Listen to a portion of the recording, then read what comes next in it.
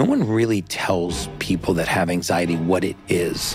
And this is why very often people don't have a specific trigger they can point to. So they're trying to pin it on their outside environment. But the truth is that they are deficient, usually in...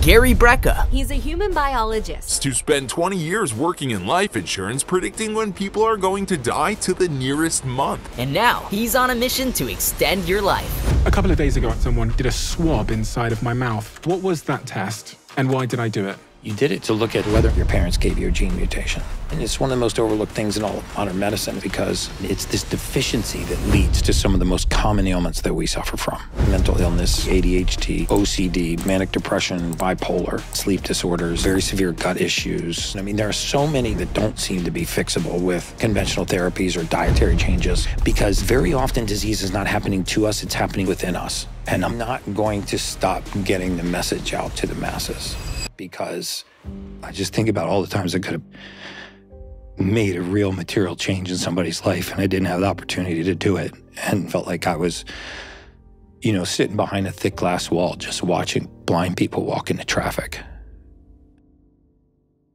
Now I got a chance to make a difference. So what are like the simple things that we can be doing to prevent us even getting these chronic diseases? So there's 5 things that I would commit to doing on a regular basis. Number 1 is upon waking, I wanted to invite in Dr. Carrie Sada, who's going to give me those results of my test. I want to know if there's any sort of health implications that I should be aware of. Okay, so that right there is an issue. Congratulations, Diary of a CEO gang. We've made some progress. 63% of you that listen to this podcast regularly don't subscribe, which is down from 69%. Our goal is 50%. So if you've ever liked any of the videos we've posted, if you like this channel, can you do me a quick favor and hit the subscribe button? It helps this channel more than you know, and the bigger the channel gets, as you've seen, the bigger the guests get. Thank you and enjoy this episode.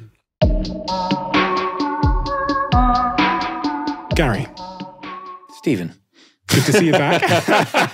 Don't throw me off. It's good. I know. I knew I threw your game off there. Stephen. Great to be back, man. It really is. If someone's just clicked on this podcast and they're wondering why they should stay and listen, you're going to direct the conversation. I'm going to go where you want to go. I'm going to follow my curiosity and ask questions. But what are they going to get from this conversation today if you are at the driving wheel? I'm just data on how to live a healthier, happier, longer life, and maybe answers to some of the most pesky health-related challenges that they're having. And when I say pesky health-related challenges, I mean everybody has these little tiny anchors off their stern, right? Weight gain, water retention, brain fog, lack of focus and concentration, poor waking energy, lack of deep sleep. And it's shocking how many of these conditions have a common repository. I mean, they're like the hub of the wheel where they all meet. All these individual spokes to come together at the common hub of methylation. And methylation is essentially nutrient deficiencies in the human body. And I don't usually start off with this analogy, but I'll start off with an analogy. When I was in grad school, first of all, I'm a human biologist. I'm not a physician. My undergraduate degrees are in biology. My postgraduate degrees are in human biology. But when I was in my second 4 years of grad school, getting a human biology degree, I had to take all these plant botany courses, which I hated because I was like, I wanted to study like anatomy and physiology in human beings, but I'm studying algae.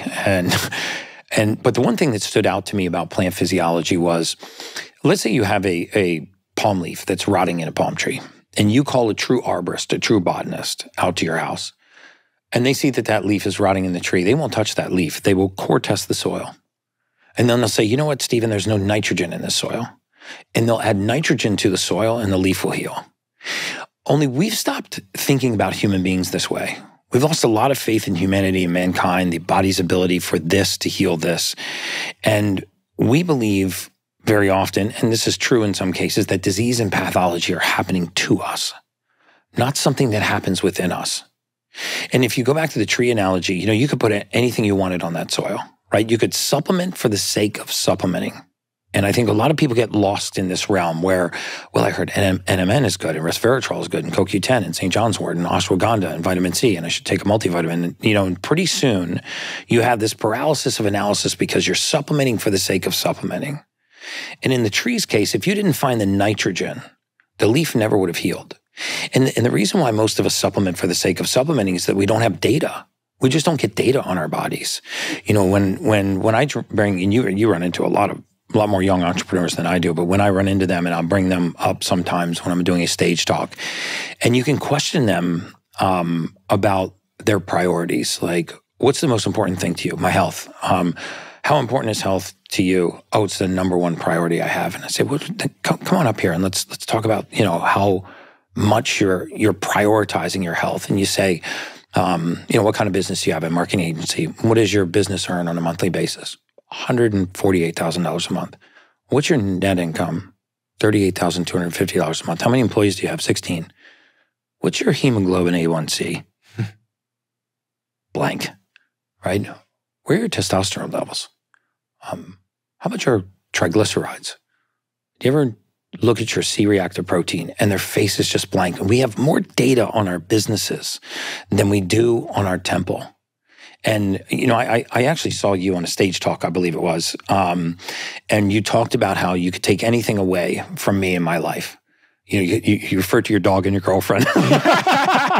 Yeah, so I remember the one. Hopefully you still have the dog and the girlfriend, but you said, you know, if you took my girlfriend away, or you took my dog away, I don't want to get you in a fight with your girlfriend, so let's talk about the dog. So you took my dog away, I'd still have my business. I still have my life, right?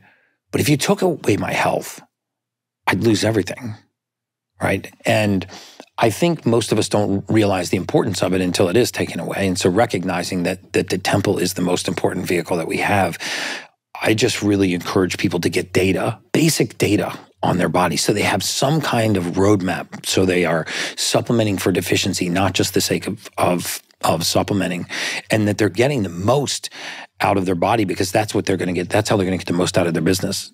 You know what I mean? Just picking up these little tiny anchors that are nibbling away at productivity.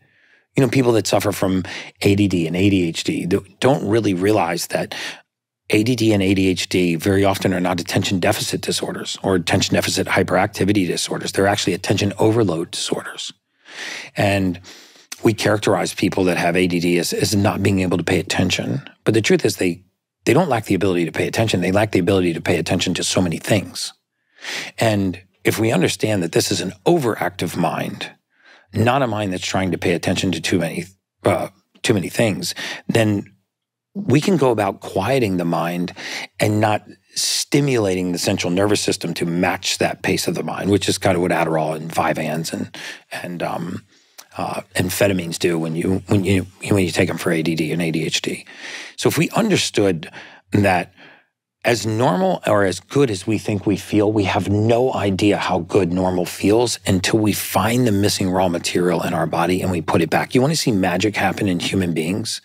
Find the raw material that's missing and put it back in their body. And by raw material, I mean simple things. You know, I mean, depending on who you talk to, there's 72 minerals. I think 16 of those are essential minerals. There are 2 essential fatty acids. There are 8 essential amino acids. It is astounding how many people are clinically deficient in some of those basics.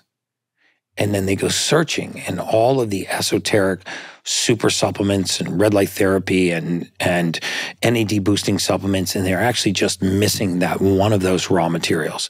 Basic essential amino acids, basic fatty acids, and basic minerals. And that's where all human beings should start. And then from there, we should do some testing, biomarkers in the blood. In my opinion, every human being should do a genetic methylation test, the very same test that you did, whether they do it through me or not. A genetic methylation test is a test you'll do once in your lifetime, and it will tell you exactly what raw materials your body can convert into the usable form and what it can't. Because in human beings, just like in that tree analogy, when you have a deficiency, you get the expression of disease. You know, when you talk about deficiencies, it brings me back to something I think we talked about briefly last time, which is it makes me feel like humans are being born broken. Is that true? Because if I'm deficient in something that my body needs, then does that not mean that my body was born broken? It's not that it's born broken. It's just not functioning optimally, right? And all of us have genetic SNPs. We have these, they're called single nucleotide polymorphs. We have these, our genes, which are coding for enzymes to conduct these different activities in the body. And what is astounding about human beings is how beautifully intricate the human body is. We take one raw material, we put it into a physiologic process, and then we take the waste product from that process and we feed another process and on and on. So for example, we'll take folate from green leafy vegetables. We'll convert that into methylfolate. Methylfolate becomes one of the most prevalent nutrients in the human body. It helps to downregulate an inflammatory amino acid called homocysteine, which then turns into something called methionine, which then goes up to the brain and helps to quiet the mind. So you start with this green leafy vegetable and it winds its way all the way up to helping you sleep. And it's not that the spinach leaf is helping you sleep, it's what the spinach leaf has become that's helping you sleep. And this sequence of events is called methylation. And what's astounding about methylation is that in many cases when it's broken, while we can't fix the gene, we can just supplement for its function. So the most common gene mutation in the world, which we talked about last time on your podcast, MTHFR, affectionately called the motherfucker gene. 44% of the population has this gene mutation. I talk about it all the time. And it's a simple inability to convert folic acid and its derivatives, folate, into the usable form called methylfolate. Well, it's very easy to supplement with methylfolate and very inexpensive, I might add, to supplement with methylfolate. And deficiencies in methylfolate are linked to all kinds of conditions, including neural tube defects, because it's not folic acid that prevents neural tube defects. It's methylfolate that prevents neural tube defects. It's what the body converts it into, the usable form. And so when we look at methylation in the human body, we get an exact roadmap of what we need to supplement with so that we're not wandering around just supplementing for the sake of just supplementing. You mentioned the entrepreneurs that you meet, that you bring up on stage, and you ask them various questions, and then you ask them about sort of biomarkers in their body. What are the simple biomarkers you think that everyone needs to understand? Because, listen, I'm not a chemist, I'm not going to be a biologist. Yes. So if there's a couple of them, I can probably get my head around them and stay on top of them, but I can't stay on top of everything. Yeah, so there I would say three. Okay. Number one is what's called glycemic profile, which is a check of how well your insulin and sugar metabolism is.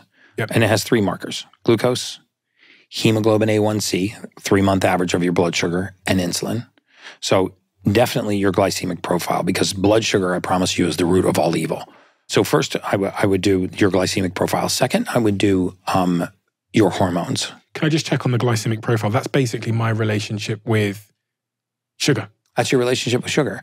And it's also your relationship with insulin, because very often, even people that don't eat high amounts of refined sugar and Ben & Jerry's ice cream every night have issues with insulin sensitivity. And so as insulin rises, it causes a whole myriad of conditions. It's one of the hallmarks of something called metabolic syndrome, which we're seeing in younger and younger populations. And it's generally easy to catch early on. You have three markers that look at how well you're regulating your blood sugar: glucose, which is a measure of the amount of sugar in your blood right now; hemoglobin A1C, which is essentially a 3-month average of your blood sugar; and then you have your insulin. And the higher your insulin relative to your blood sugar, the more insulin resistant you are. Right? So the more insulin it takes to drop your blood sugar, the more resistant you are to insulin. This is an early warning sign of metabolic syndrome. But it's not just the metabolic syndrome. It's that when insulin rises, there's a whole downstream cascade of events, because insulin is not just responsible for helping us metabolize sugar. It's also responsible for blocking other forms of energy use in the body, one of which is fatty acid metabolism. And so generally people that have very high insulin have very high blood triglycerides. They have high blood fat. And high blood fat and elevated cholesterol are other markers for cardiovascular disease. So by actually bringing down one biomarker, you have a positive effect all the way downstream. And I would say if you're only going to look at three things, I would look at your glycemic profile, your blood sugar and your insulin and your hemoglobin A1C, hormone panel. Okay. So looking at your hormones, and then specifically looking at what contributes to healthy hormone production, DHEA, and a protein called SHBG. And then I would look at basic nutrient deficiencies, vitamin D3, magnesium, potassium, and vitamin B12, which are on most blood panels. And that is a great place to start to get the basics. How am I regulating my blood sugar? Are my hormones balanced? What nutrient deficiencies do I have? And then the second piece of information I would get, which you only do once in your entire lifetime, is a methylation test. And these are widely available, all over the world. I'm sure they're very easy to get in the UK. And you want to look at 5 genes: MTHFR, MTR, MTRR, AHCY, and COMT. And just to be clear, so I can dumb this down for myself here, those 5 genes relate to how my body processes the things that I put into it at different stages in that sort of processing line. Yes. I mean, so take, for example, that gene at the top, COMT. If you look at what COMT does, it stands for catechol O-methyltransferase. So it's a fancy way of saying it transfers a methyl group from the category of neurotransmitters called catecholamines. And that's a huge mouthful, but essentially what this means is these 4 neurotransmitters that are called catecholamines are responsible for our fight or flight response. So, for example, if you drove home tonight and you got out of your car and somebody was standing in front of you with a knife, right? You would instantly have a fight or flight response. Your pupils would dilate, your heart rate would increase, your extremities would flood with blood. You would begin to have a fight or flight response based on that stimulus. But you could also be laying in your bed at night and you could start thinking about getting eaten by a shark. And you could have the exact same response. Because the brain doesn't really know the difference between perception and reality. The similarity between these two events, a very real fear and a reaction to it, and an imagined fear, is they both meet at catecholamines. It's a rise in the same class of neurotransmitters. So now some people are very slow to break these down. And what are the consequences of this? Well, if you've ever had anxiety or know somebody that's suffered from anxiety, no one really tells people that have anxiety what it is. They describe the feeling. So they say it's a fear of the future. It's a sense of impending doom. It's a sense of anxiousness. But what is it? Physiologically, what's going on in the body? Well, very often it is a rise in catecholamines, the same class of neurotransmitters that are involved in a fight or flight response. And this is why very often people that suffer from anxiety don't have a specific trigger they can point to. They could be on a podcast like you and I are doing right now, and all of a sudden as those catecholamines rise, they get that sensation of anxiety. And they're trying to pin it on their outside environment. They're trying to look for a cluster of symptoms outside their body. But this is because they are deficient, usually in a complex of B vitamins, a very specific form of B12 called methylcobalamin, methylfolate, these methylated nutrients that downregulate these catecholamines. What else could it be? Well, I mean, there are true anxiety disorders, right? And generally, people that have true anxiety actually know what the trigger is. They're afraid of heights. They walk to the edge of a 30th floor balcony. They have an anxiety attack. They have a fear of flights. Is this different from, so someone's been through a trauma in their life, so they had an early trauma, and then certain things in their adult life end up triggering that. That's very different from what you're saying here. So some people that have trauma and they wake up, for example, consistently in the past, right? Their first thought of the day is about the pain that they are already suffering from. Well, these thoughts, fight or flight thoughts, these thoughts have a tendency to be worst case scenario because they are also highly related to catecholamines. In fact, people that have that gene mutation fall into one of 2 categories. Think about it this way. If catecholamines rise very fast, you're a worrier. And the nickname for that gene is either a worrier or a warrior. Because as those catecholamines, they call it fast COMT or slow COMT. So just looking at this one gene mutation, if you're slow to break these catecholamines down and they rise, what are the consequences of that? I lay down to go to sleep at night and I'm body tired, but I'm mind awake, right? My mind is just clicking through the day, thinking about the most innocuous little thoughts. I have a tendency when I consider scenarios to go straight to worst case scenario. I'm an overthinker. I am prone to anxiousness and anxiety. I walk around at a 6 instead of walking around at a 2. So things that would only move somebody from a 0 to a 2 take me from a 6 to an 8. Very often people in their surrounding environment will say the punishment doesn't fit the crime, the way that they react to certain situations. So this means that the mind is in an awakened state, a heightened state of alertness. Think about a fight or flight response, but not quite to that level, but they're in a heightened state of alertness. And this gives you that feeling of anxiety. Now, what's driving the catecholamines can have different drivers. It could be this gene mutation. It could be trauma. It could be the presence of a real fear. It could be that you're claustrophobic and stepping on a crowded elevator. But for people that have not isolated trauma in their life, they have a tendency to consider worst case scenario. They find that their mind is very active at night, interrupts their sleep. Or if they get up to go to sleep at night and they go back to bed and they can't fall asleep because their mind is awake, thinking about the most innocuous little thoughts. They have a tendency to be anxious. They have a tendency to be a worrier. They have a tendency to have feelings of anxiety that are not tied to their outside environment. Those are all hallmarks of that gene mutation. So can I view this as a predisposition? I often wonder why we can all be in the same situation, but we can have entirely different experiences. In the case of anxiety, some people, as you report, just for some reason, they're just more anxious in the modern world than some other people aren't. The modern world has changed. We use screens and we have notifications and we have all this stimuli. They're struggling more in the modern world than others. What you're suggesting is that they could have a predisposition to worry more because of these catecholamines? Because of the catecholamines, yes. Because of these catecholamines. Norepinephrine, epinephrine, ephedrine, dopamine. One of those we also call adrenaline. And so you have the main driver of behavior and you have catecholamines, and we all know that adrenaline does in the body. So when these four neurotransmitters are not downregulated, right, then our mind is awake and it is very often fearful. Think about somebody who has a sensation of impending doom or anxiety without any trigger. And the other hallmark is they will have had it on and off throughout their entire lifetime. Even when they were a child. When they were a child, they might have understood the complex sensation of anxiety, but they had that sensation.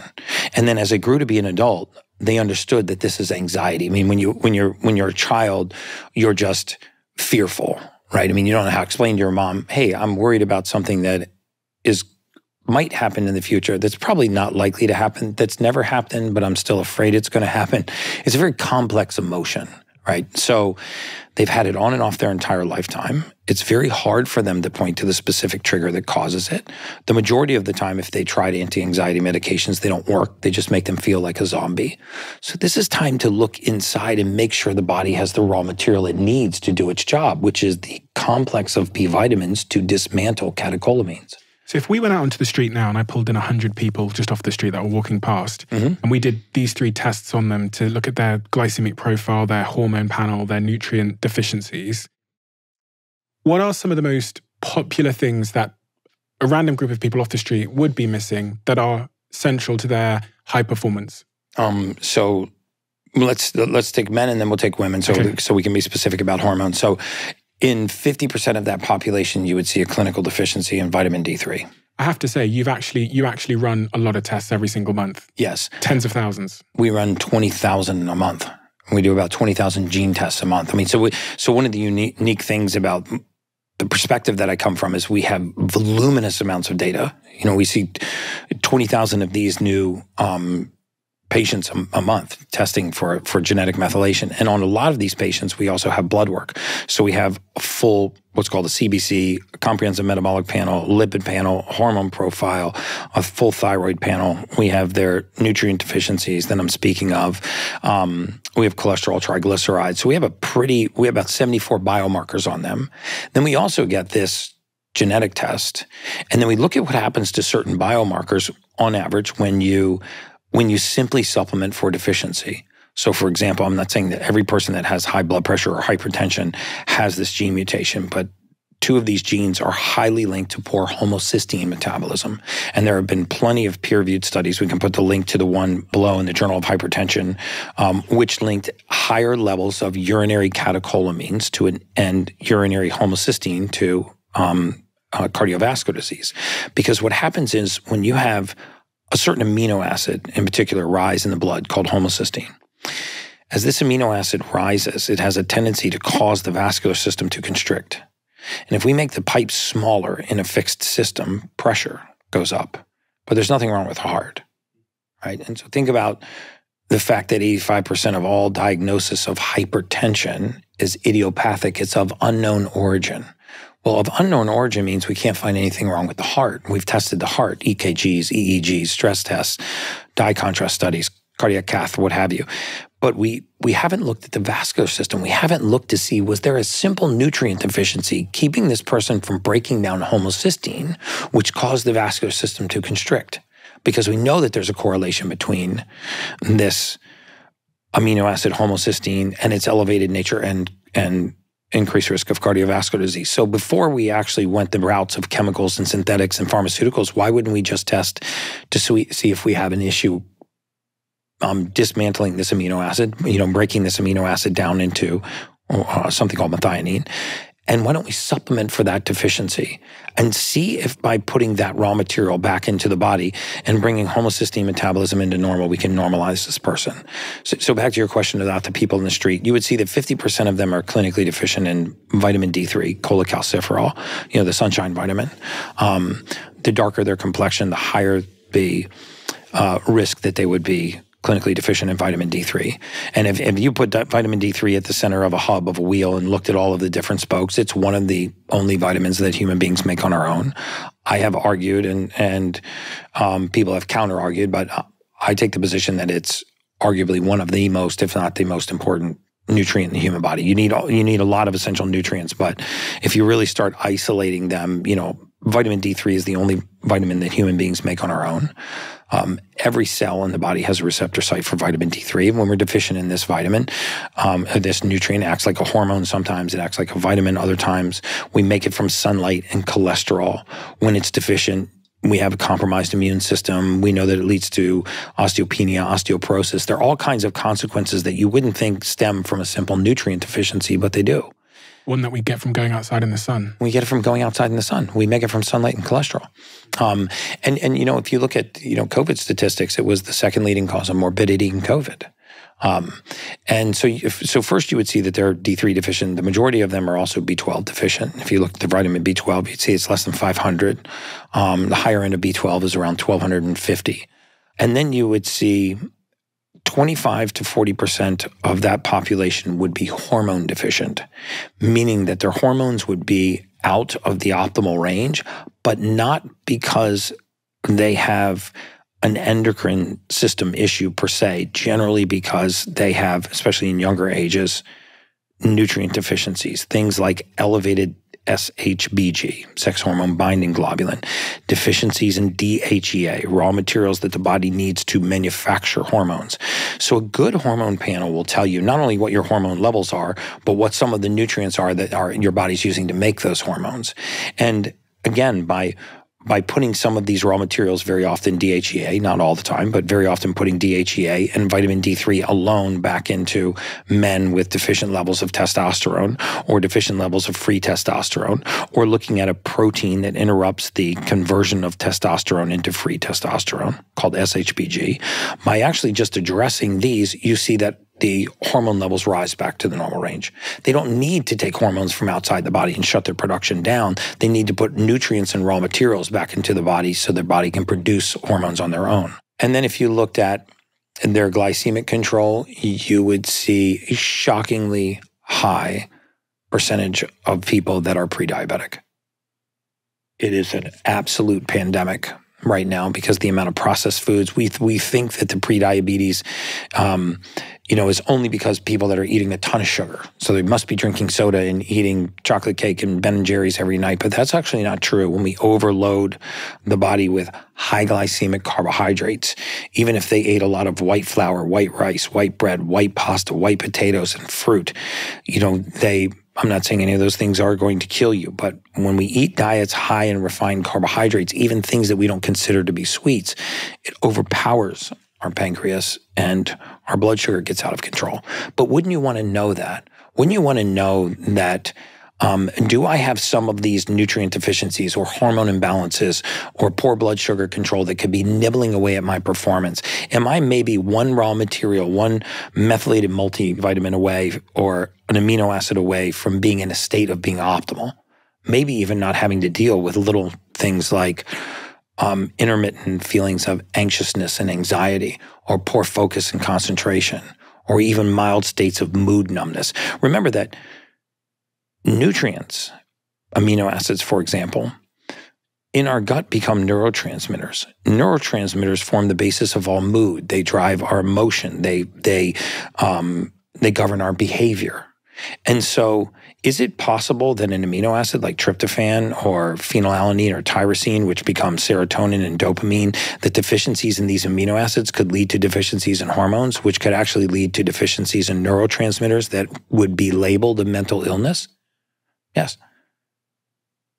So again, I feel like I'm eating your face a little bit, but okay. But what I really mean to say is that, you know, if we would get basic information, basic data on the body, hormone balance, glycemic control, nutrient deficiencies, if we would actually look at what our body can convert into the usable form and what it can't, and supplement for that deficiency, you would see your body begin to thrive in ways you never thought possible.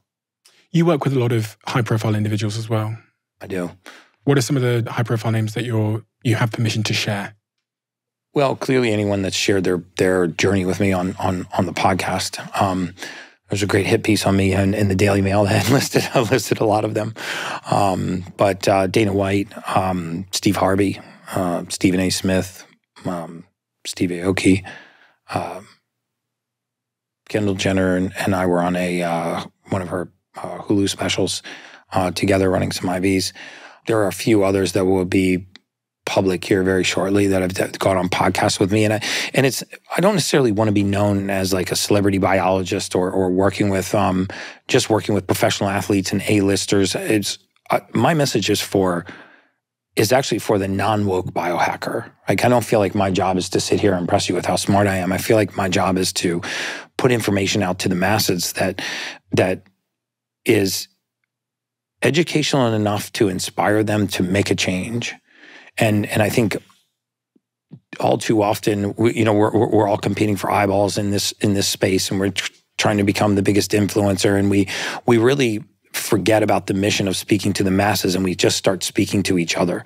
Like we want to get on podcasts and stage talks and interviews and impress people with how much we know about the carboxylic acid cycle or electron transport chain or something going on inside of the mitochondria, and those minute nuances are not what's going to impact humanity.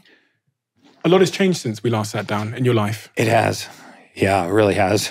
I feel like I live somebody else's life. I really do.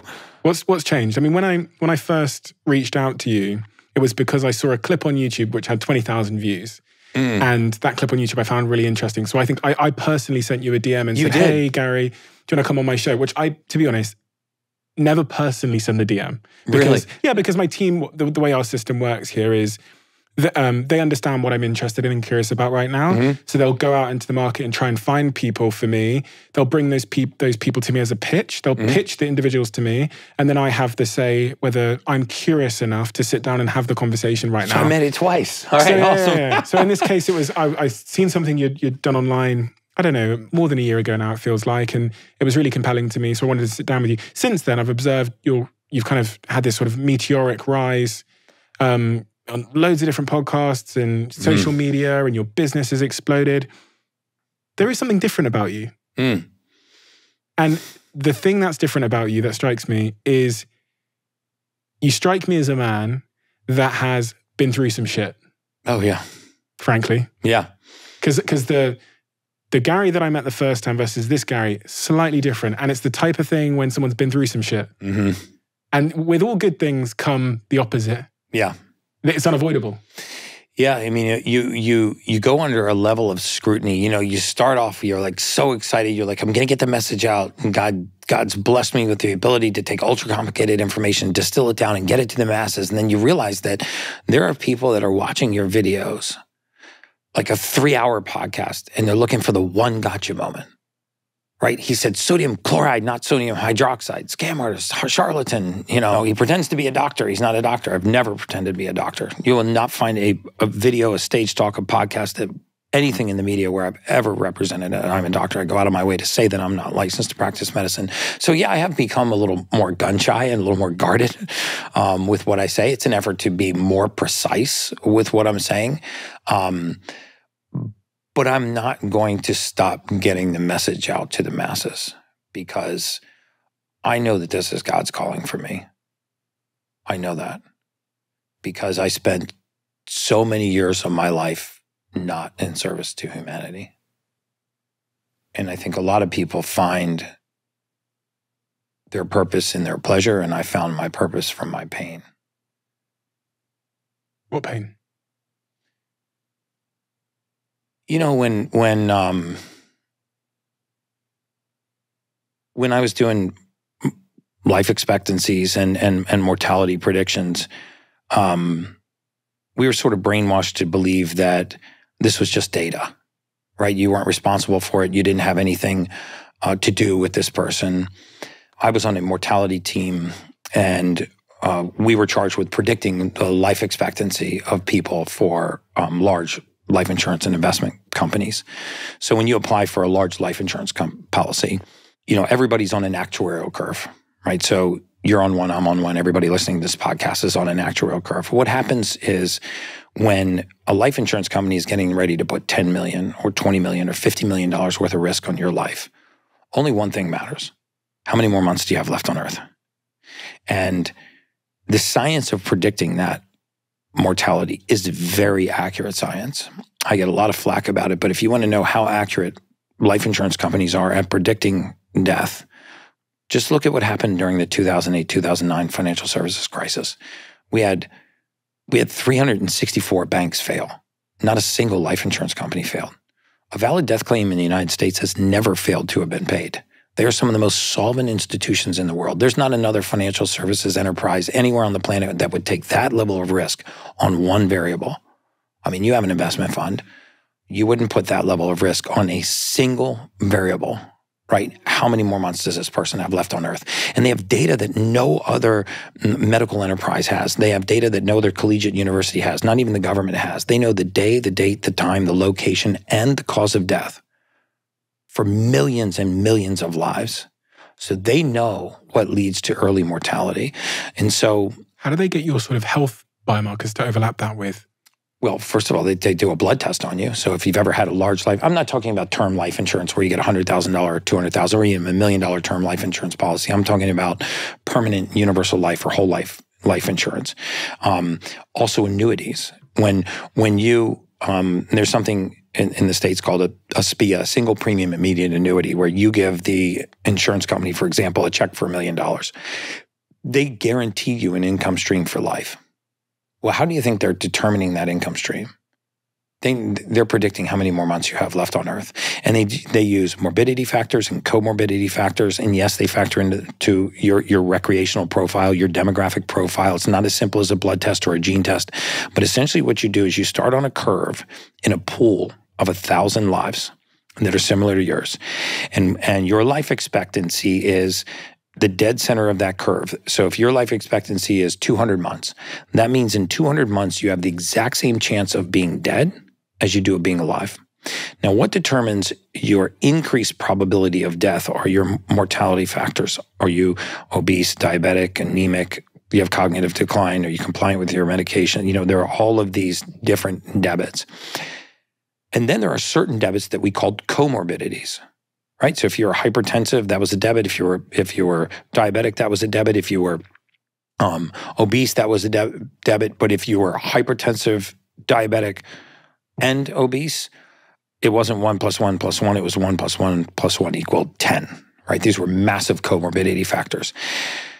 My job was to read the medical record and do the medical record extraction. And we had incredible data on these people. You saw their trust. And you saw their wills, their trusts, their divorce decrees. You knew that they were treating their children differently in their estate, bank accounts, brokerage accounts, tax returns, and their medical records. And you have recent blood work on them. But when you read a medical record on somebody, there's more than just their height, weight, and blood pressure and the medications that they're on. You really start to get a profile for the person. And a lot of times I felt like I was really getting to know these people, oddly, because I had so much personal information on them. And, you know, a lot of these people came alive to me. I know that sounds very strange, but when you're reading about their repeated, you know, visits to the doctor and they're constantly talking about their grandchildren. And then all of a sudden you see in the medical record where the husband passed away, and then you see the antidepressants creeping in, and you see they're waking, their body mass index change. And you actually, as you're going through years of their medical record, you really get a real profile for them. And I started to realize that there were human beings on the other side of these spreadsheets. And there were cases where I knew that if I could have picked up the phone and just contacted that patient, I could have completely changed the trajectory of their life. And I was prohibited from doing so by law. And even at one point in my career, I was threatened with prosecution for threatening to call a patient and warn them about a potential life-threatening drug interaction that I'd spotted in the medical record between two physicians that had written contraindicated scripts, and something called the MIB, the Medical Information Bureau, hadn't picked it up. And the data that I had said that this was going to lead to a thrombolytic event, like a blood clot, a stroke, heart attack, and embolism. And I remember calling the human resources director and just, basically saying that I'm going to contact this patient and being threatened with prosecution. And I think about it a lot, and I just think about all the times I could have picked up the phone and just made a real material change in somebody's life, and I didn't have the opportunity to do it. And a big part of my career felt like I was, sitting behind a thick glass wall, just watching blind people walk into traffic. And so I wasn't in service to humanity. All I wanted to do was be wealthy. I was very unauthentic. And then I just woke up one day and said, what the hell am I doing? I mean, I have so much information. I'm a human biologist, and I've been studying this database for 20 years. I could help people live healthier, happier, longer lives. And I quit my career, and I went home and told my fiance at the time, now my wife, that I wanted to start a wellness firm. And that was the genesis of my firm, Streamline, and part of the trajectory that I'm on. And so it still sits with you every day. Really? Oh, dude, it sits with me in a good way because, whereas before, it's really hard to imagine, somebody coming into your office and going, hey, Gary, oh my God, remember the, the Mrs. Smith life expectancy we did 13 years ago, you did this life expectancy, it was 188 months. You predict 188 months. She died in 184 months. Oh my God, you did a great job. It's amazing. That claim just paid. And I'm like, is it really amazing? When you start to realize that was somebody's, it was like somebody's sister or somebody's daughter, somebody's mother, you start to realize that I allow myself to be brainwashed and just think that it was data and forget that there was human beings on the other side of the spreadsheet. And so now, I'm sorry, I'm getting emotional, but now I wake up every day and I open my eyes and I go, fuck yeah, I got a chance to make a difference. And I talk about the research and the fact patterns that we saw in predicting death, and I want to counter those so that we can extend life, so we can help people live longer, healthier, happier lives. So the counter-arguments that you've experienced, you use the word counter-argument in hippies. What do those sort of counter-arguments tend to center on as it relates to your work? Obviously, you talked about the doctor thing. I definitely made some mistakes. I made the mistake earlier in my career of quoting articles and not research, which I regret, and I've made some of those mistakes. I think very often what I try to do is simplify the message. I talked, for example, about a 2018 study. We should put the link to this, which was in the Journal of Headaches and Face Pain. There's a Journal of Headaches and Face Pain. I want to say it was 2018. There were 8,819 participants in this meta-analysis, so a very large analysis. And they found a direct inverse relationship between sodium intake and migraine headaches. And meaning that as sodium levels went up, migraine headaches went down. Now, by no means am I telling everybody that has a migraine headache that you need to take a little bit of salt and you're going to be fine. What I'm saying is on your comprehensive metabolic panel, you can see your sodium level. When your sodium level gets to a critically low level, which believe it or not, quite a few people have, people that regularly sauna, people that exercise and don't remineralize with electrolytes, people that drink filtered bottled water in an effort to filter out fluoride and microplastics, but don't remineralize their water, get nutrient deficient sodium. And, remembering that the brain actually doesn't have any pain receptors, but the covering of the brain does, something called the dura. And the dura hates two things. It hates being stretched and it hates being contracted. And what determines whether or not it's stretching or contracting is something called the osmotic gradient, the movement of water across the membrane. And yes, it can be as simple as supplementing with sodium. My preference would be Baja Gold sea salt or Celtic salt, so that you get all of the other trace minerals as well, to permanently put migraine headaches into remission. And then, out come all of the physicians saying there's no evidence of that. Well, there are clinical trials on that. And the other tool that I have in my chest is for 20 years, I worked with one of the largest databases in the world. And we're at the point now where we see 20,000 new gene tests a month. I don't know many clinics that are that busy. So we have voluminous amounts of data. We see what happens when you have high homocysteine and you put a patient on an amino acid called trimethylglycine, and the homocysteine comes down, and then they go to their doctor and their blood pressure is normalized. Not once, not twice, not anecdotally, thousands and thousands of times.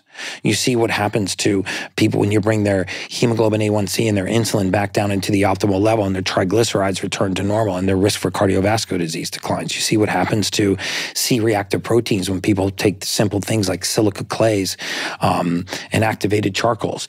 And so I want to keep getting the message out that very often disease is not happening to us, it's happening within us. And very often it's happening because of deficiencies in the human body, not pathology in the human body. And, in the United States, we're by far the largest spender on healthcare. We spend $4.5 trillion a year on healthcare in the US. We have the highest infant mortality rate. We have the highest maternal mortality rate. Even though we lead the world in flu vaccinations and breast cancer screening and colorectal screening, we also lead the world in cancer. We're ranked 52nd in life expectancy. We're ranked 39th in healthcare delivery. We're one of the most obese nations on the planet, twice the rate of obesity of any other civilized nation. And yet modern medicine being, medical error being the third leading cause of death, is where we're going to get information on how we extend our life. And I watched in medical records, I've probably read thousands of times more medical records than most physicians because I read medical records all day, every day, 6 days a week for almost 20 years. And I would see what would happen when simple deficiencies would be mistaken as a pathological condition. And I've talked about these a lot. Like clinical deficiencies in vitamin D3 for prolonged periods of time eventually present as rheumatoid arthritis-like symptoms. People get joint aches and pains and stiff and sore ankles, and they have a hard time making a fist. And when you're speaking to the wrong physician, very often a doctor will diagnose you based on your medical history. Not before they do SED rates and rheumatoid arthritis, actual blood checks. They'll say, you know what, Stephen, you've got rheumatoid arthritis, and they put you on things like corticosteroids. And in the mortality space, we had data. So we had data on all of these pharmaceuticals. So we knew the trajectory of hormones and cell walls and cell membranes and production of vitamin D3 when somebody took a statin and reduced cholesterol. And we looked at, the studies will look at cholesterol in a complete vacuum. So LDL cholesterol high, so that's bad. Let's bring LDL cholesterol down with a statin so we decrease the risk of cardiovascular disease. But then you have a concomitant outcome where you're reducing the ability for the body to make hormones and cell walls and cell membranes. And so you buy yourself a consequence downstream. When really, if we go back to just studying the physiology of the human body, when we, in the mortality space, I don't think I saw a single centenarian once, and we processed hundreds of these death claims. I don't think I saw a single centenarian that at the time of death did not have clinically elevated levels of LDL cholesterol. So it begs the question, is simply having high LDL cholesterol a marker for longevity, or is it a marker for cardiovascular disease that needs to be intervened with a chemical or a synthetic. And these corticosteroids that people are put on, very often they're anti-inflammatory in the beginning, but then they eat the joint like a termite. And so these were resulting in voluminous amounts of joint replacements so accurately that we were able to predict that the course of some of these medications would result in a joint replacement in roughly 6 years. And so we would artificially advance people's age 6 years, and we would actually schedule the joint replacement for them. And then we would reduce what's called their ambulatory profile, how well they ambulated, how well they moved.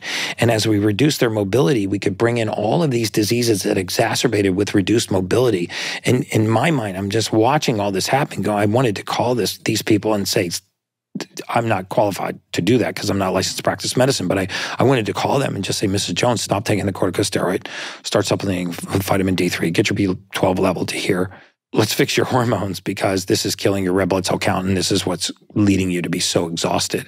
And no one was looking at these basic nutrient deficiencies that we would see run in blood work that would cause all of these diseases to exacerbate, and people were succumbing much earlier to death or to the loss of their health span. How many records do you think you saw in your time where you saw the full picture? I would be working on 2 or 3 of these, 4 of these cases at a time. Some were shorter cases, some were longer cases, thousands. I mean, thousands. And in the tail end of my career, I started to manipulate the record artificially just to see what would happen to the life expectancy. I would never submit that as a report, but I would say, what if I fixed the anemia? What if I actually just corrected the D3 deficiency? What if, I was able to take out the pre-diabetic condition or reduce their hemoglobin A1C, and you would see the life expectancy jump, right? And so these are modifiable risk factors. And I think how many times, I would be reading a medical record and I go, well, I know what this is going to happen. This is just going to get worse because this patient has anemia. Like the classic treatment for some anemias is folic acid, B12, and iron. And they would give them folic acid, B12, and iron, and it wouldn't correct. And they give them folic acid, B12, and iron, they wouldn't correct. Folic acid, B12, and iron, wouldn't correct. And they wouldn't realize that that person can't process folic acid. If they gave him methylfolate, methylcobalamin, and iron bisglycinate, the anemia would correct. But these are all sort of symptoms of further upstream issues, right? Mm-hmm. Like a decision that someone has made in their life typically, mm-hmm. that has caused them to develop these conditions which far down the stream, like the tree you talked about with the bad leaf.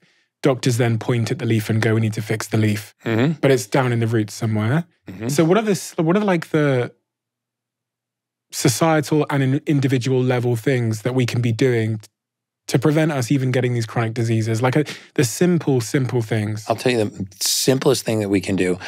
First, we should think about having an invisible fence around us, right? Like a little force field. And we should filter things before they make it to the temple. Because either we can filter things for the temple or we can let the temple be the filter. So you can drink tap water, and if you drink tap water, your body will filter out the fluoride, the chlorine, the microplastics, the pharmaceuticals, or you can filter your water before you drink it, right? And take one toxic load off your body. So what I would say is probably 5 things that I would commit to doing on a regular basis. Number 1 is upon waking, I would drink a mineralized water. I would take 10 ounces of water and I would add either a Celtic sea salt or a Baja Gold salt to my water. The reason for that is that most of us are deficient in some or several of the trace minerals in our body, the boring ones, boron, manganese, molybdenum, selenium, and stir it up and just whack it back. And the second thing I would do is... You're not talking about table salt here? No, not sodium chloride. No, I'm talking about Baja Gold sea salt. That's probably the best salt that you can put in the human body because it has all 91 trace minerals. It's tested down to 250 parts per billion for microplastics and glyphosates. Only about 75% of that sodium crystal is actually sodium. The rest of them is all of these trace minerals. You can get very close to that with Celtic salt, right? And if you can't get Celtic salt, then you could move to a pink Himalayan sea salt. The problem with pink Himalayan sea salt recently is that a lot of it has heavy metals because it's coming out of China. So I would say the best salt is Baja Gold. A great salt is Celtic salt. And a decent salt is pink Himalayan sea salt. Forget table salt. I would just get that permanently out of your life. Okay, so number one, I have my bar. Mineralize. Cool. And then number two, I would take a DHEA, EPA fish oil supplement or a fatty acid supplement with DHEA or EPA oil. An MCT oil. I would take a fatty acid oil in the morning. An omega supplement. An omega. Omega-3. An omega-3 supplement. And then I would develop a morning routine that included the basics from Mother Nature: sunlight, grounding, breath work, cold shower. Okay, so I want to zoom in here on grounding. Mm-hmm.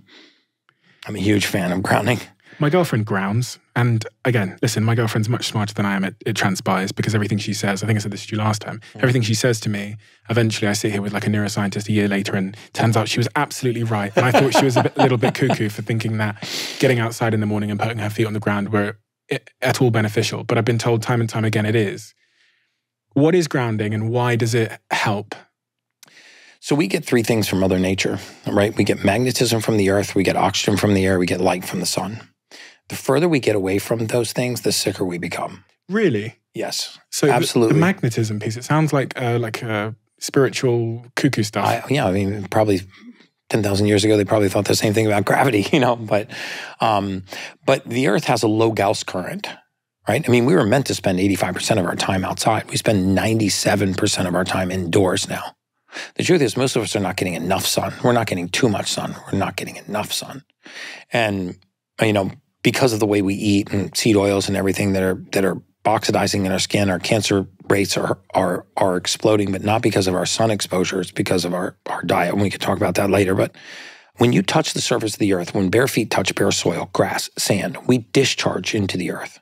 And by that, I mean you actually change the polarity in the body. And this is measurable. In fact, if you want to do a little experiment, find somebody that has a microscope, a basic microscope, and get a slide, and just take a prick your finger and take a drop of your blood and put it on that slide, smear it around, and look at it under the microscope.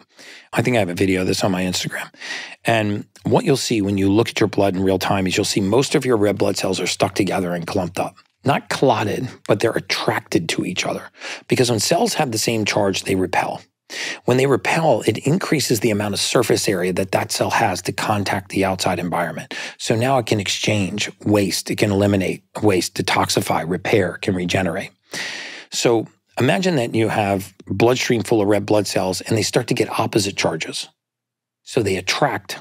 And when they attract, they touch. And everywhere that they touch, that cell loses surface area to exchange with the outside environment. When you touch the surface of the earth for a few minutes, you will repolarize those. Prick your finger 10 minutes after you come inside, put it back on that same slide, look at your blood. It's going to look like eggs slithering around in a bowl of oil. They will bump into each other and they'll be sliding around, but they will not be clumped together and stuck. So what's going on then? It must be coming through my feet? The charge coming through my feet. Yeah, so you're actually discharging into the earth. You're exchanging ions. It's a low Gauss current. So like a magnet, you're exchanging ions with the earth and you're discharging. You're grounding. What if I live on the ground floor? Do I still have to go outside? Yeah, so you got to touch bare dirt, soil, grass, sand.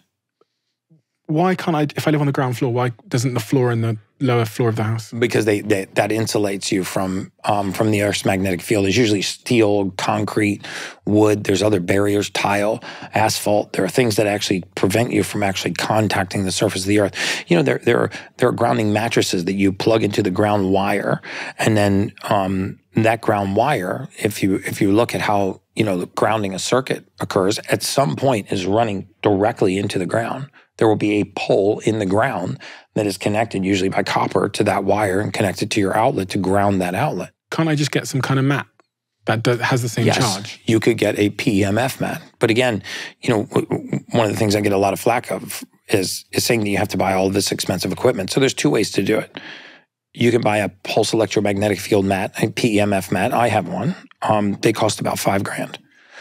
So if you got $5,000 lying around, it's one of the best investments you can make. You put it in your bed, you go to sleep on it, you run a low Gauss current at night. It will help get you into a deep sleep. You'll wake up alkaline every morning. It will push the electrosmog right out of your body because PEMF gets rid of electrosmog, 5G, Wi-Fi. When you say you'll wake up alkaline every morning? So when you change the pH of the blood is a pretty narrow range. It's about 0.5 of a point. It's about half a point. And it's a complete fallacy that you can change the pH of the blood by drinking alkaline water. Alkaline water will not actually change the pH of your blood. If you want to change the pH of your blood, amongst other things, you apply a low Gauss current. pH stands for potential hydrogen. It's a charge.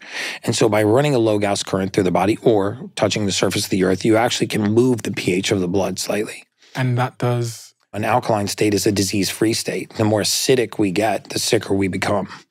And so if we want to move the pH of the blood slightly, if we want to wake up alkaline, if we want to run a low Gauss current through our body, we can either touch the surface of the earth or buy a PEMF mat. So they've done tests where someone lays on a PEMF mat for a certain amount of time. They then do a blood test and they find that their blood is more alkaline. Yes.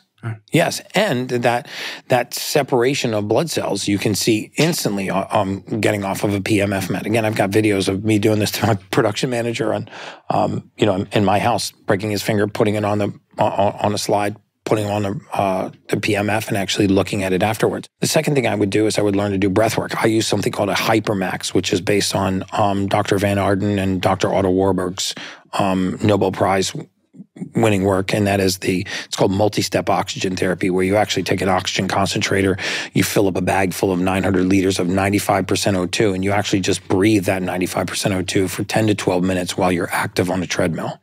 But if you don't want to have an EWOT, exercise with oxygen therapy machine, you can learn to do breath work, engage the auxiliary muscles of respiration, get oxygen down into the lobes of your lungs and out of the apex of your lungs. One of the articles that I quoted that turned out not to be a study, and I still can't find the reference for it, was that after age 35, 90% of people will never sprint again. And again, I haven't been able to find if that came from a clinical study or if it was an article, but whether or not that's true, the vast majority of people stop engaging their auxiliary muscles of respiration. Really exercising our diaphragm, using the intercostal muscles between our ribs, pushing air down into lobes of our body. And as our posture collapses and our CO2 rises, if you think about the expired air in your body from the tip of your nose and the tip of your mouth all the way down your esophagus, out your bronchioles, into the farthest reaches of your lungs, that's all expired air. Until you get the oxygen all the way down and out to the edges of the lung, you're not getting oxygen into the bloodstream. So as we age and our posture collapses, our respiratory rate gets more and more shallow. We're essentially hyperventilating carbon dioxide, right? And which is accelerating aging. I mean, aging is, the presence of oxygen is the absence of disease. And so by just learning how to do breath work, so one, I would ground. Two, I would learn to do breath work. I do a Wim Hof style of breath work. I do 3 rounds of 30 breaths with an extended breath hold every single morning. It is the one thing that I never, ever, ever, ever miss. Why? Ever. Because I make little promises to myself and I try to keep them. And I find that I lose confidence in myself when I consistently break really small promises to myself. And I think a lot of people do this. And our bodies crave consistency. And so you lose confidence in yourself. You say, I'm going to go to bed at, 10:30 tonight, and you go to bed at 1 a.m., and then you say, I'm going to work out and first thing in the morning, and you actually don't work out. Or you get up in the morning, you say, I listened to that podcast, I'm going to do what Gary said, I'm going to ground and get some sunlight, and I'm going to do some breath work, and then you actually don't do it. So the little internal promises that you make to yourself. And I feel like a lot of people break these little promises to themselves. They're not making them to their spouse or to their kids or to their partners, or, they're not the big promises that everybody knows about. And I think it nibbles away at our self-confidence and our own ability to trust ourselves. And so I have a morning routine. I'm very consistent with it. But the one thing that is portable for me is the ability to get outside and ground and do breath work. And I never, ever, ever miss. I can't even tell you how many years I've gone without missing a single morning of breath work. The other thing that it does for me, because, human beings crave consistency. So if within 30 minutes of waking every day, no matter what time zone you're in, you're doing 3 rounds of 30 breaths, your body begins to zero in on that, and it begins to understand that that's the morning. This is go time. And so simple to do. You know, when I'm here, I wake up, I might be at a different time because I'm usually on the East Coast, so I wake up earlier here, but I open the door, I go out on the balcony, I sit on the chair, it's nice and cool outside, I face the sun, and I do 3 rounds of 30 breaths every single day. My partner brought me one of those big red light panels for Christmas. It was my Christmas present. And funnily enough, guess what my Christmas present to her was as well? A fucking red light. Yeah. You get a bed or did you get the panels? The panels. It was Would so you funny. get like Juve EXO or what? I have no idea. What'd you get? Okay. I have no idea the brand. But she brought me one. It's like a small one. And then I was like, babe, open your present. And then she opened hers and hers was like a big one. She's like literally half the size of me. So we swapped. But we now both use it. It's a bit of a routine in the morning. We wake up. Amazing. We go and sit down by it. And I'm not really sure what it's doing. I've just heard a lot of positive things. I've done a little bit of my own research on it and how to use it to make sure I'm not like killing myself somehow. But what is it doing and why should everyone consider getting one? So it's referred to in the literature as photobiomodulation. So if you want to look up any of the clinical studies, put photobiomodulation and then put and dementia and Alzheimer's and skin and inflammation, and the studies will come up. But basically, different nanometers of light have different effects in the body. And so they are well researched and publicized to reduce inflammation, increase microvascular circulation, so the smallest of the capillaries in our body are affected by light. They have a very specific effect in the mitochondria, the powerhouse of the cell.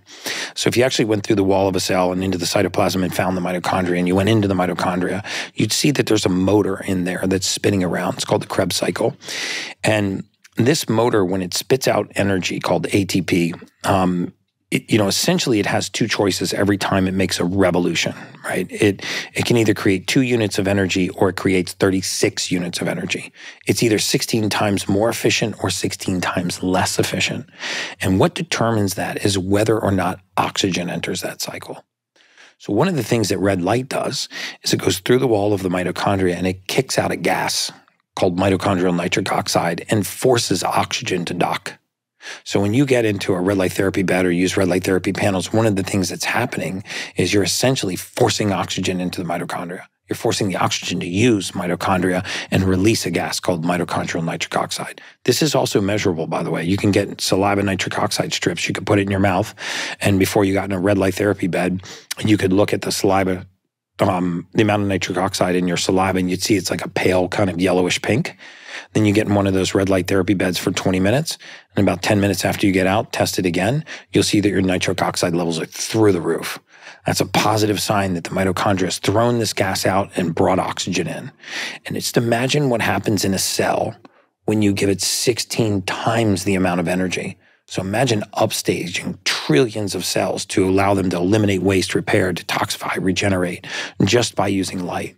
It also has a very positive effect on collagen, elastin, fibrin. It's known to improve angiogenesis, the new blood vessel formation. I was on the Joe Rogan's podcast a few months ago, and he ended up buying one of these red light beds from me, and we installed it in his house. And he told me about 4 or 5 weeks ago that he's no longer wearing readers anymore. Like his eyesight has improved that much. And he said he's starting to really notice the changes in his skin.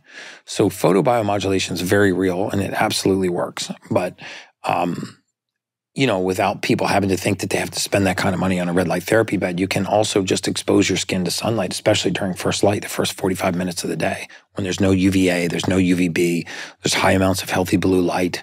You can still generate vitamin D3. Let me just run that back so I'm clear. On the point about Rogan's eyesight, I was looking through some research about the impact of red light on eyesight, and it said that it's good for eyesight. And so, incredibly good for eyesight. Because I was wondering whether I should be looking at this thing while it's on. Yes.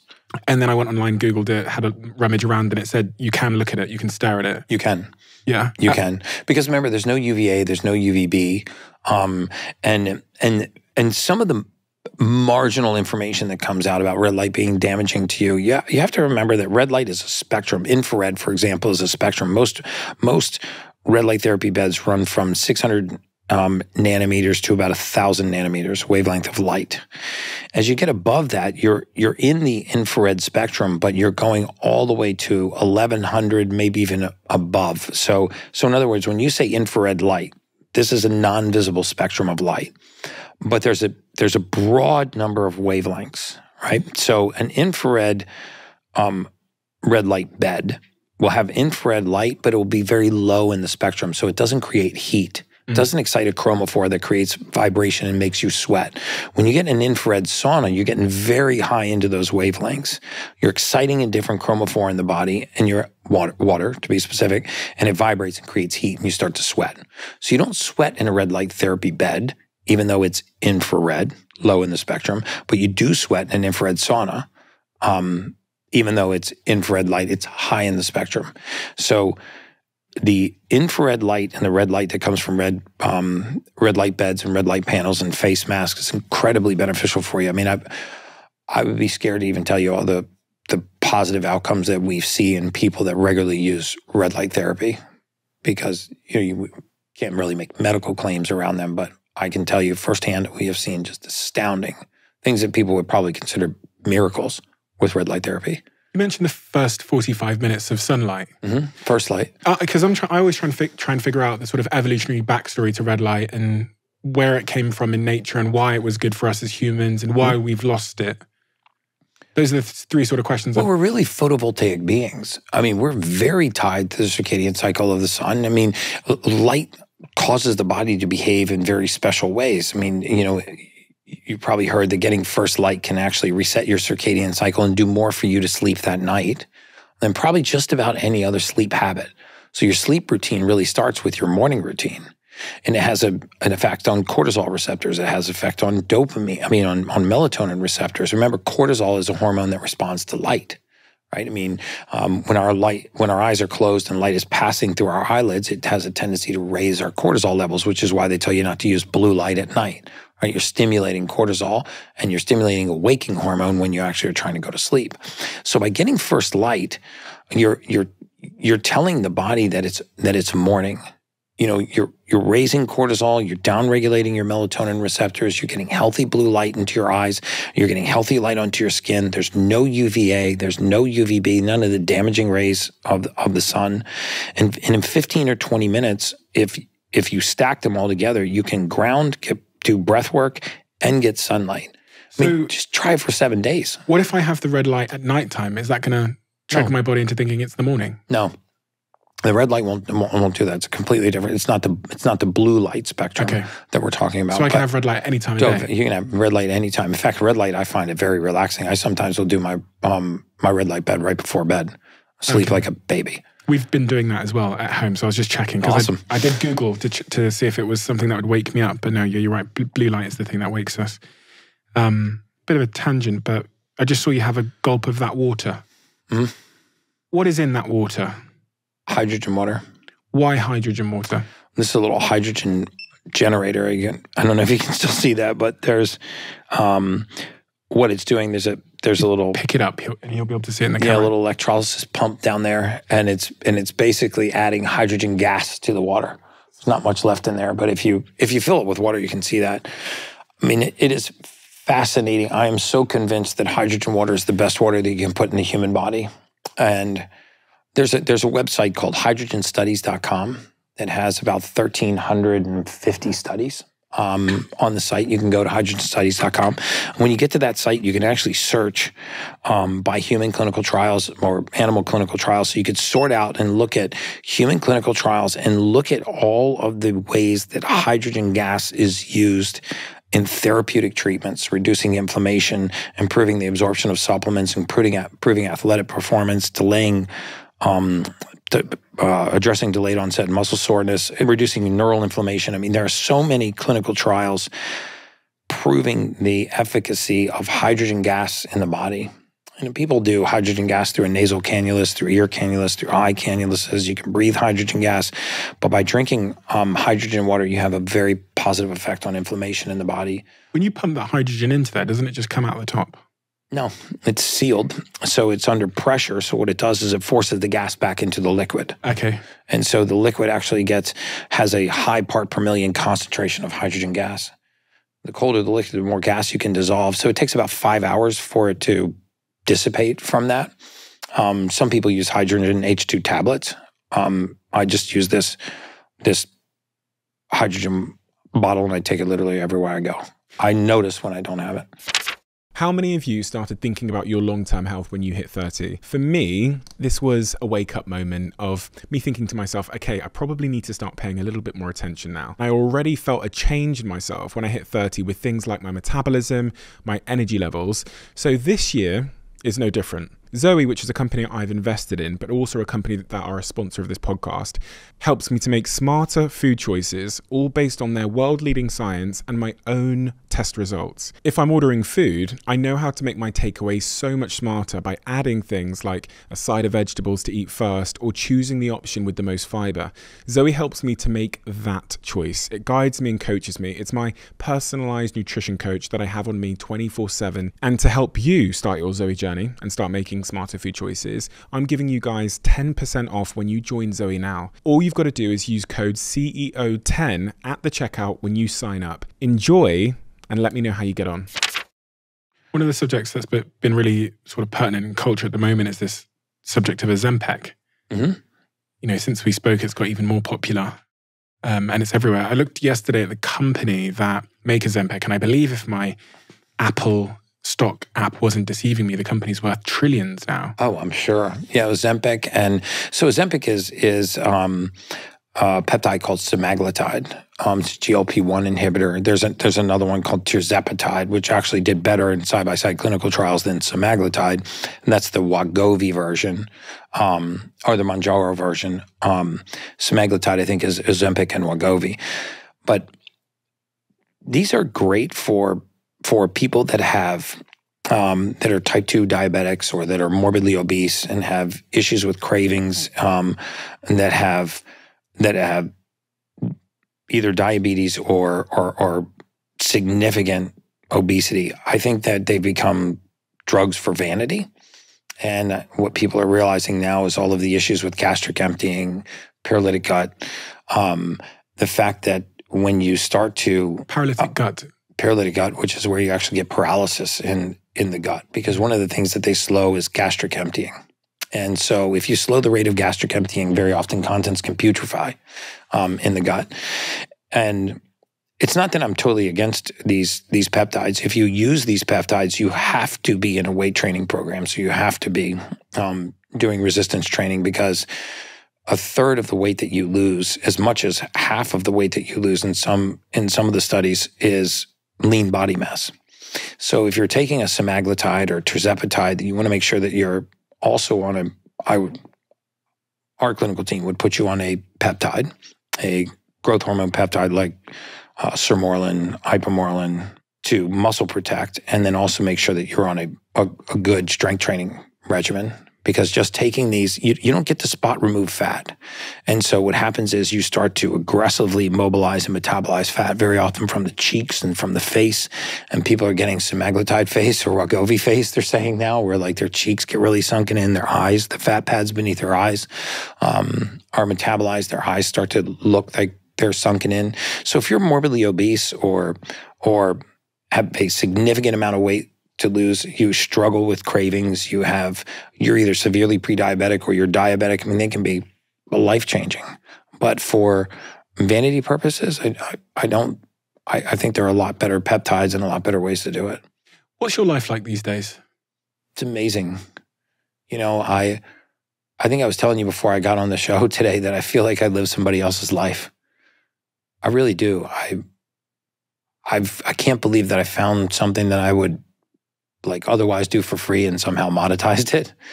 And you must feel the same way, you know, when you're doing a podcast and, you know, your message starts to resonate, the caliber of people that it attracts. I mean, the rooms that you get to get in. And for me, I have an insatiable level of intellectual curiosity. Like I'm super, super curious. And the fact that I get to sit down with people like yourself, but some of the greatest minds, in the world that are studying longevity, anti-aging, biohacking, cancer, mortality, sports performance. It's just, I pinch myself. I mean, I really do. With our privilege comes our pain. Yeah. What's the pain? And you need to be honest with me here, because this is why we did start this podcast many years ago. For me, the pain is that as I've become more popular, I guess, and as the message has resonated, I've become a little more distant from the folks that I initially sought to serve and support. I had a lot more individual interaction in the beginning. And now I just simply can't interact with the number of people that would like me to, that actually do need me. And I've turned my attention to trying to train and support the training of as many qualified people as I can so we can really touch the masses. And I had no idea how much the message would resonate. And it resonated in a way that overpowered my company. And, one of the worst things is kind of collapsing under the weight of your own success. And that didn't quite happen, but, the message began to resonate, and there were so many people coming to take our tests and seek our services that really, really needed us. And I felt the burden of that need. We were, for a period of time, unable to respond. We were overwhelmed, and that turned to vitriol in some cases. That's stabilized now, but it's kind of be careful what you ask for, because you might get it. But by the same token, I wouldn't change a thing. I feel like the most blessed person in the world. What about the family impact? Because you got kids and all that. That is the greatest blessing for me. My kids are landing at LAX, and within a few hours, they're in the air right now. So I've got 3 children, and the oldest 2 work for me full time. And my daughter just graduated from nursing school. She's starting her PhD in nursing. My son's about 14 weeks behind her, so they're both going for their PhDs in nursing. So they'll both have their doctorate in nursing. And that is the greatest blessing in life, is when you see that your kids have a passion, because I feel like you can teach your kids anything, but you can't give them a passion. And the fact that they think enough about me and what I'm doing to want to follow in my footsteps that is beyond anything I can even put into words. Because I travel with my kids, I see clients with my kids. My wife is also in the business. And I think the pace of our life would be a lot more difficult if I didn't have my family around. I saw Dr. Peter Attia talking on a podcast once, and I'm paraphrasing, so I don't know if I'm getting it right, but he said, you get 19 years with your kids. The first 18 is from when they're born to when they're 18 years old. And then they're gone. The last year is spread out over the entirety of the rest of their lifetime. And I thought, how sad. Because I spend more time with my kids now than I did almost since the day they were born. And they're just becoming these adults that really inspire me. And so I think that of all the blessings that God has given me, that's the biggest one. There are a couple other things that I was really curious about when I know I was going to speak to you today.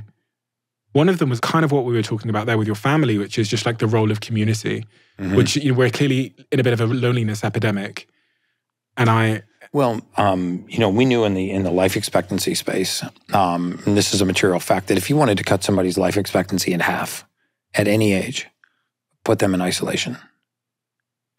So if you put a human being in isolation, you will cut their life expectancy in half. How could you see that in the data? Because there was something we called a broken heart syndrome or caregiver syndrome, and it's well documented in the elderly. When you have a companion that you've been with for 40 or 50 or 60 years, and that companion passes, very shortly thereafter, the second companion goes. And I always thought that was a myth, like a nice tale of heartbreak and love. when we call it the broken heart syndrome, it was nothing to do with a broken heart, but I mean, the emotional state, I mean, the frequency in their body changes. And when this surrenders. The mind and the body. Mm-hmm. When the mind surrenders, the body surrenders. There's a lot of emerging body of evidence that's actually putting some science behind the theory that emotions can make us sick. And I think everyone believes that, and that stress can actually lead to pathology and lead to disease. But so you know that when we isolate human beings, it's hard to completely isolate them, but we know when we isolate human beings that it has a dramatic effect on life expectancy. Some of the worst science and research that we do is when we study components of the body or cells from the human body in isolation. You take a cell out and you put it in a petri dish and you look how it behaves in vitro, and then you assume when you put that cell back into the body that it's going to behave that way, because cells exist in communities too. They exchange with their outside environment, they eliminate waste, they repair, they detoxify. They're a very active community. And so, the impact of community has a meaning all the way down to a cellular level. They do animal studies on this kind of thing, right? Oh yeah, no question. On loneliness and loneliness isolation. and isolation, and it has a dramatic effect on life expectancy. It's been a while since I've read an animal study, but we knew that isolation had a dramatic effect on mortality. So when a loved one got moved into an assisted care living facility, or we looked at the proximity of family members to a mother or a father that had just lost a grandmother or grandfather that had just lost one or the other spouse, and you knew that the family wasn't going to visit frequently, and that now that person was in isolation. And when I mean isolation, not completely isolated, but they were isolated from daily activity that had dramatic effect on life expectancy. It was a comorbidity factor that we used, and mainly in the elderly, but it would happen in younger ages as well. So I think that community is increasingly important for me. I remember when I sold my company, my partner, Grant Cardone at the time, told me, he said, "Your sphere is about to get a lot smaller." And I was like, that doesn't make sense. My sphere is about to get a lot larger. And it was true. What he said was very true. I spend the majority of my time with my kids. They're working for me full time. We travel together. We see clients together. We're in the hunt together. They're big supporters of the business. They caught the bug. They're in school together. My youngest still lives with me. So my circle has gotten so much smaller, even though you see me out there with like Dana Whites and celebrities and athletes, and those are the flashbulb moments. But in my day to day and week to week and month to month, I'm intensely surrounded by my family and a very small team that I have a high level of trust in, that is really helping me continue to be in service, to the clients that I'm working with. What about retirement then, and purpose, and the role that plays in our longevity? It's been a while since I used to have the VBT, the variable basic table, memorized, but there is a probabilistic factor for retirement and communal interaction. And I forget exactly what the level of impact was, but we had a probabilistic model where we would use this demographic data. But there is no question that mortality accelerates post-retirement. I don't know that I've delved enough into the science to really accurately comment on it, but it must have something to do with the loss of the sense of purpose. When you look at blue zones and centenarians, one of the key themes, even beyond the diet, because the diets were very different. Singapore has one of the longest life expectancies on earth. They eat the highest amount of meat. Sardinia has very long life expectancies. They eat high amounts of bread, pasta, and flour. The Mediterranean blue zones eat high amounts of oils, fish, and fats. But what was a common theme between all of them was mobility into older ages and a sense of purpose. And there was no such thing as assisted care living facilities, where assisted care was when grandma and grandpa moved back in with their kids and live with the kids until the day that they died. And maybe her purpose was just to get vegetables that night for dinner. Grandpa's purpose was maybe to continue to make belts for a leathersmith down the road, but they had a sense of purpose. When you think back to your job in life insurance and the role that you had, is there any parts of it that you look back on now and you think about the industry that are unethical? Because you can't reach out because of law and privacy to these people, as you've said. That would be a violation of a variety of different sort of policies and stuff. But is there anything else within the practice of it that you find unethical? Just the fact that, I wasn't allowed to have any contact with the patient or the treating physician. And I understand for good reason, because most of the people that are doing this work are not licensed to practice medicine. They don't want them jumping into the practice of medicine. But when you notice things that are obvious and that maybe, you know that a doctor would have appreciated that phone call. Oh my gosh, I didn't know that she was on that other script. Thank you for calling me. I mean, it wasn't to besmirch them or take over their practice of medicine. But I really wish that the database would see the light of day. The databases that are used in predicting mortality, in my opinion, could change the face of humanity. I know why they won't, because it would upend modern medicine in a way, in my opinion, that would be catastrophic. Destroy their business as well, wouldn't it? Because they need people to die, really. They do, because they don't want to be paying out. Well, annuities need people to die. Life insurance wants people to live a little bit longer. Okay. Oh, yeah, because the longer they live, the more they pay. The longer they live, the more they pay. But annuities you've put down a deposit, basically, so they want that deposit. Guarantee me an income stream for life. Wow. So if you could kindly expire tomorrow, that would be good for me. And the same companies do both? Same companies do both. Okay. There's something called a life insurance life annuity contract, a LILAC, where you actually put an annuity and a life insurance policy on the same life, and you can't lose. As you know, we have a closing tradition on this podcast where the last guest leaves a question for the next guest, not knowing who they're going to be leaving it for. And the question that has been left for you is this one. I wish I knew who your last guest was. Okay. So they said, they're quoting someone, and it says, Kundalini said, be the change that you want to see in the world. What is the change you want to see? It looks like Kundalini. Kundalini. You try and read this. Gandhi said, be the change you want to see in the world. What is the change you want to see, and how will you be it? Wow. Well, I want to see people live healthier, happier, longer lives, more fulfilling lives. And I will be that by continuing to get the message out. And that's why I'm here. And that's what I wake up and do every day. And I can't hold a candle to Gandhi. But I will spend the balance of my adult lifetime continuing to get the message out.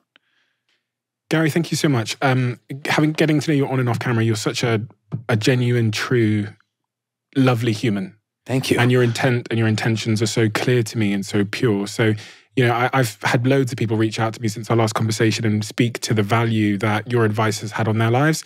Oh, man, thousands and thousands of people. I mean, dude, that makes me. I looked at the last conversation. I looked at my emails around that time. I searched your name. And when I say thousands, I mean thousands and thousands of people that are reporting to have better lives, happier lives because they listened to that conversation. So awesome. They probably won't be able to reach you. So on behalf of those people, I wanted to say thank you so much for doing what you do, because it's very important. Oh, man. It's not always easy. Yeah. But, it's an occupational hazard. Yeah, it is. Putting yourself out there in the world, as I would know. So thank you so much, Gary. I appreciate your time. Super welcome.